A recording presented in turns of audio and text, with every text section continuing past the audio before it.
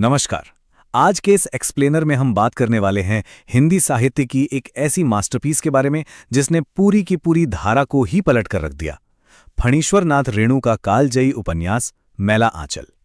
यह सिर्फ एक किताब नहीं है, इसके लिए रेणु जी को प्रतिष्ठित पद्मश्री पुरस्कार से भी नवाजा गया था। आज हम गहराई से ये समझेंगे कि कैसे एक भूला बिसरा सा गांव पूरे समाज और उसकी व्यवस्था का एक जीता जागता आईना बन सकता है।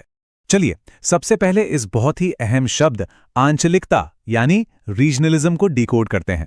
इसका सीधा से मतलब है किसी भी क्षेत्र की बिल्कुल रॉ और बिना किसी मिलावट वाली सच्चाई को दिखाना। इसमें ना तो किसी बाहरी राजनीति का असर होता है और ना ही लेखक की कोरी कल्पनाओं का। क्षेत्र जैसा है उसे बिल्कुल उसी यथार्थ रूप में प्रस्तुत करना ही आंचलिकता है, और मैला आंचल इसका सबसे प्रामाणिक उदाहरण है। आज की हमारी इस चर्चा को हम इन 5 हिस्सों में बांटेंगे। पहला, आंचलिक उपन्यास, मेरीगंज की अहमियत, मुख्य पात्रों का संघर्ष, समाज का सच और रेणु जी का बेबाक यथार्थवाद। तो शुरुआत करते हैं हमारे पहले हिस्से से, प्रथम आंचलिक उपन्यास। समय को थोड़ा पीछे ले चलते हैं। इस कहानी की असली शुरुआत होती है 1946 में, जब मेरीगंज नाम के इस गांव में मिलिट्री और एक मलेरिया सेंटर आता है। लेकिन इसका जो बैकड्रॉप है वो 1942 के भारत छोड़ो आंदोलन की गहरी राजनीतिक उथल-पुथल से जुड़ा हुआ है। और इन सब चीजों के बीच आकार लेते हुए ये महान रचना 1954 में दुनिया के सामने प्रकाशित होती है। आप जरा इस उपन्यास के स्केल को देखिए। ये किसी महाकाव्य से कम नहीं है। इसे 2 खंडों में बांटा गया है। पहले में 44 अध्याय हैं और दूसरे में 23। लेकिन जो बात सच में हैरान करती है वो है इसके किरदारों की गिनती। पूरे 245 पात्र। इतने सारे किरदारों का होना ही इस कहानी को किसी एक व्यक्ति की नहीं बल्कि पूरे समाज की सामूहिक आवाज बना देता है। आगे बढ़ते हैं दूसरे खंड की तरफ, मेरीगंज, असली नायक। अक्सर कहानियों में हम एक हीरो ढूंढते हैं, है ना? लेकिन यहाँ एक बहुत बड़ा ट्विस्ट है। इस उपन्यास में कोई एक इंसान नायक नहीं है, बल्कि बिहार के पूर्णिया जिले का वो पिछड़ा हुआ गांव मेरीगंज खुद इस कहानी का जीता जागता हीरो है। वहां का पर्यावरण, लोगों के रिएक्शंस और जो घटनाएं घट रही हैं वही इसके असली मुख्य किरदार हैं। अब रुख करते हैं तीसरे हिस्से का, मुख्य पात्र और उनके संघर्ष। भले ही पूरा गांव नायक है, लेकिन उस इकोसिस्टम में रहने वाले कुछ इंसानों की जर्नी बहुत अहम है। इसमें सबसे खास हैं डॉक्टर प्रशांत। पटना मेडिकल कॉलेज से पढ़ाई पूरी करके ये युवा डॉक्टर मलेरिया और काला आजार पर रिसर्च करने मेरीगंज आता है। यहाँ वो कमली नाम की एक लड़की का इलाज करता है, जिससे बाद में वो शादी भी कर लेता है। लेकिन डॉक्टर प्रशांत का काम सिर्फ दवा देना नहीं है, वो गांव वालों की हालत देखकर उनमें राजनीतिक चेतना भी जगाने की कोशिश करता है। एक और बड़ा ही दिलचस्प पहलू है किरदारों का वैचारिक द्वंद्व। जैसे कमली के पिता विश्वनाथ मल्लिक को ही ले लीजिए।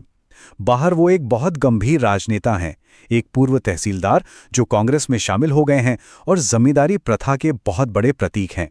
लेकिन वही इंसान घर की चारदीवारी के अंदर एक बेहद हंसमुख और समझदार पिता बन जाता है।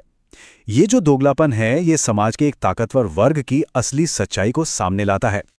अब आते हैं चौथे और शायद सबसे गंभीर हिस्से पर, अंधविश्वास, जातिवाद और समाज।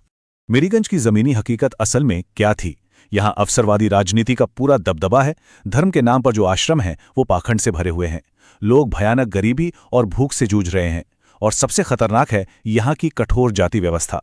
हर जाति का अपना एक अलग टोला है और छुआछूत का जहर इतना गहरा है कि मंदिर के भंडारे में भी लोग अपनी जाति के हिसाब से अलग अलग पंगत में बैठते हैं। यहीं पर विज्ञान और सदियों पुरानी परंपरा का एक बहुत ही विडंबनापूर्ण टकराव होता है। जब गांव में एक मलेरिया केंद्र खुलता है तो खुश होने के बजाय लोग दहशत में आ जाते हैं। क्यों? क्योंकि वैज्ञानिक सोच का पूरी तरह से अभाव है। उन्हें लगता है कि अस्पताल खुलने से गांव का भारी नुकसान होगा, इसलिए वो इलाज के लिए डॉक्टर के बजाय जादू टोने और भूत प्रेत के अंधविश्वास पर ज्यादा भरोसा करते हैं। और यहीं से एक बहुत ही दार्शनिक बात निकल कर आती है। ये पूरा माहौल डॉक्टर प्रशांत को गहराई से सोचने पर मजबूर कर देता है। उनका ये कोट बहुत चुभने वाला है। जिसके लिए जीवन का अर्थ केवल भूख और बेबसी है, उसके लिए दवाई किसी काम की नहीं है। उन्हें एहसास होता है कि हर दिन भूख से तड़पकर मरने से तो कहीं बेहतर है कि इंसान मलेरिया से बेहोश होकर शांति से मर जाए। ये गांव की उस भयानक आर्थिक स्थिति का वर्णन है जो हर एक चीज पर भारी पड़ती है। और अब हमारा आखिरी हिस्सा, रेणु का बेबाक यथार्थवाद यानी अनफिल्टर्ड रियलिज्म। रेणु जी ने खुद इस उपन्यास का जो जियोग्राफिकल फ्रेमवर्क सेट किया है वो कमाल का है। उन्होंने जानबूझकर बिहार के पूर्णिया जिले के एक पिछड़े गांव को अपना प्रतीक बनाया, एक ऐसा इलाका जिसकी सीमाएं नेपाल, तत्कालीन पाकिस्तान और पश्चिम बंगाल से लगती थीं। इस उपेक्षित क्षेत्र को केंद्र में रखकर उन्होंने वास्तव में एक पूरी सभ्यता की कहानी कह डाली है। और ये शानदार कोट इस पूरी किताब का सार बड़ी ही खूबसूरती से बयां करता है। रेणु जी कहते हैं कि इसमें फूल भी हैं, धूल भी, गुलाब भी, कीचड़ भी, चंदन भी और कुरूपता भी। मैं किसी से दामन बचाकर निकल नहीं पाया। मतलब उन्होंने ना तो सिर्फ अच्छाइयों को बड़ा चढ़ाकर बताया और ना ही सिर्फ बुराइयों को उछाला। इसमें दोनों का बिल्कुल समान और सच्चा चित्रण किया गया है। इस एक्सप्लेनर को खत्म करते हुए एक बहुत ही गहरा सवाल जहन में आता है। 1946 में मेरीगंज उस वक्त के समाज का एक एकदम स्पष्ट आईना था, लेकिन अगर आज के दौर में कोई नया मैला आंचल लिखा जाए तो हमारे आज के समाज का आईना क्या दिखाएगा? क्या वो छुआछूत, वो गरीबी और वो अंधविश्वास सच में खत्म हो गए हैं, या बस उन्होंने अपना रूप बदल लिया है? ये वाकई में गहराई से सोचने वाली बात है। इस चर्चा में साथ जुड़ने के लिए बहुत बहुत धन्यवाद।